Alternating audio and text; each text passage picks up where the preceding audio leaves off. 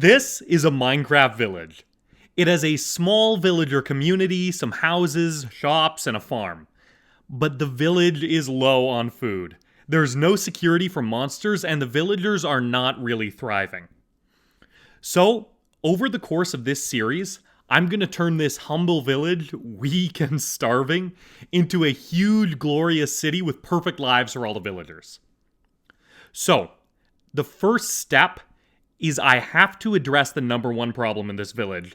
The village has 9 houses and only one measly farm.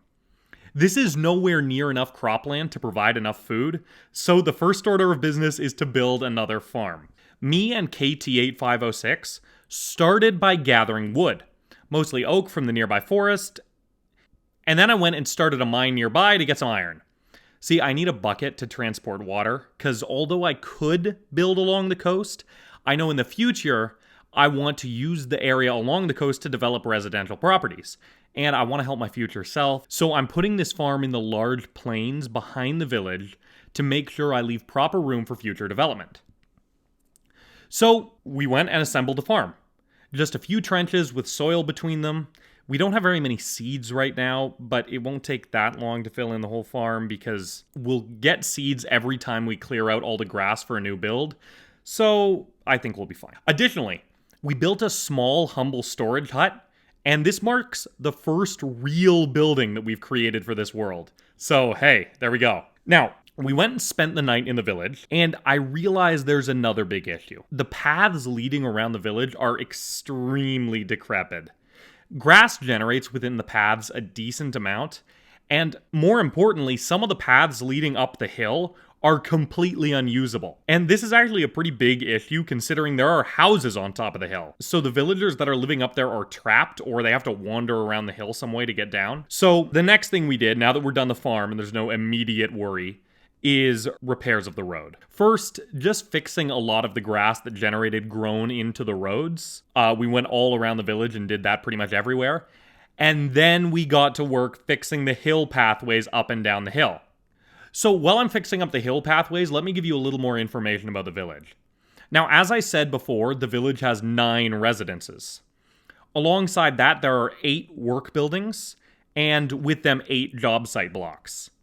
Now, by the way, this village has 3 separate masonries and 2 churches that are right across from each other, and it only has 1 farm, so clearly there's some poor city planning going on here, and probably poor priorities in terms of what they're building.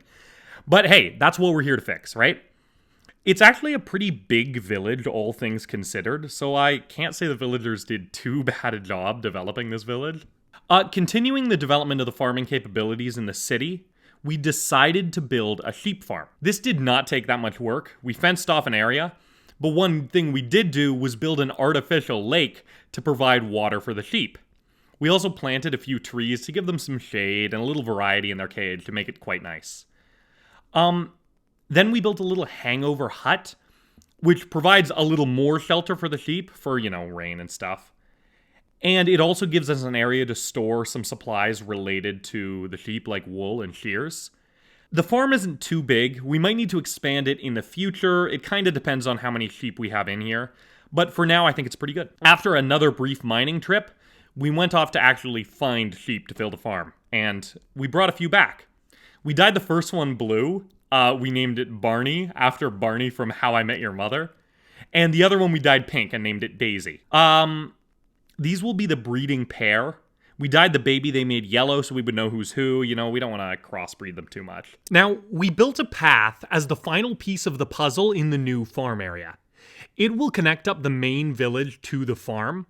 And this is another milestone, by the way, as it marks the first major road expansion we've done. This was a little tedious as we had to knock down this little part of the mountain, but it was well worth it in the end. Here's how it looks on the map compared to how it was before. Now, with the farm area complete, we have a few important resources. Wheat, produced at scale, is a pretty good way to get emeralds from the farmers in the early game. At the same time, wheat will breed sheep. And there's a reason we picked sheep in particular, because they do 2 important things. First, just like cows and pigs, they provide meat, which we need. but also they provide wool. And we're going to need a lot of wool as we expand the village, since for every new villager, we of course need a new bed. So anyway, now that we're done with the most basic parts of village development, that being food and roadways, we can finally start residential expansion. So we had to pick a place for new development. First, we considered the core area of the village. But at the moment, I'm not sure how specifically I want to go about developing that area. It's already a little difficult because the farm is in an inconvenient spot. And at the same time, I want to keep the area around the well clear. Because if you know village schedules, villagers gather there every day. And I want to give the villagers a good place to socialize. So to keep the core area open to figure out later, we decided to develop this nearby block. It's still very close to the center of the village, and it's completely undeveloped at the moment. There's not a single building in it, which means it's rife with opportunity. The only downside is that it's on somewhat of a slope, but I have a plan for that.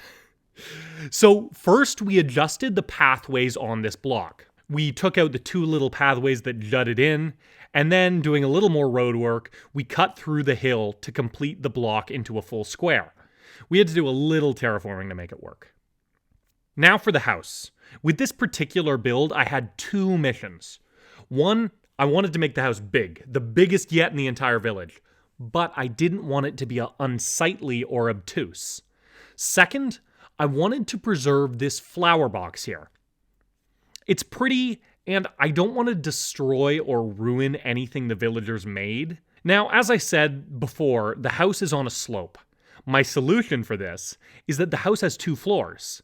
The front door leading to the bottom floor, and the back door leading to the top floor. This is pretty cool because it means both floors are accessible from the outside. Anyway, we went for this cool design where the bottom floor is walled with cobblestone and the top floor is walled with oak planks. We also put a big window on the top floor to give it a natural light and a view of this nearby lake, which we're going to be preserving. Finally, we did the floor out of birch, basically to make sure the floor contrasted with the walls on both the bottom and top floor. We were going to decorate with barrels, but then we realized barrels were a job site block, so we didn't do that. Anyhow, we were contemplating what to do for the roof. We knew that neither cobblestone or planks would look good. Cobblestone would look a little better, and planks would look terrible on the plank top floor. And we didn't want to use birch again because we use that for the floor on both levels. So we decided on stone bricks. Now, we didn't really have that amount of cobblestone on hand, so we had to take a brief break to mine some stone and smelt it in a furnace, smelting it to prep for crafting into stone bricks. Now, while the stone was smelting, I expanded the flower box a little to decorate. I plan on a window here for the bottom floor, so it'll be nice to have. Now, the stone was taking a while, so we did a little wandering. We decided to go to this island on the map and scope it out. It was populated by pigs, and it was honestly a lot bigger than I expected from how it looked on the map. So it might be a great place to build in the future, maybe even as a pig farm, considering they're already there. And with that, the smelting was done. So we worked on the roof. Nothing fancy, just a standard triangle. And as this house comes to a close, it also marks the end of the episode. But it also marks the start of real development within the village core. Now, as this all wraps up, let's take a closer look at the map to see how the changes ended up looking. So here's the map all the way at the start of the episode before any building was done. First, we built the wheat farm, and then repaired all the pathways in the village. After that, we built the sheep farm, which works well alongside the wheat farm. Then we built a new road to connect them to the village. Next, we fixed up the roads on this block we wanted to develop, and finally built a large new house. Thank you guys so much for being here for my first actual Minecraft video on the revival of my long inactive channel. I'll be working hard on the next one to get it out as soon as possible, and really, thank you so much. Subscribe to be around for the next one when it comes out if you're interested.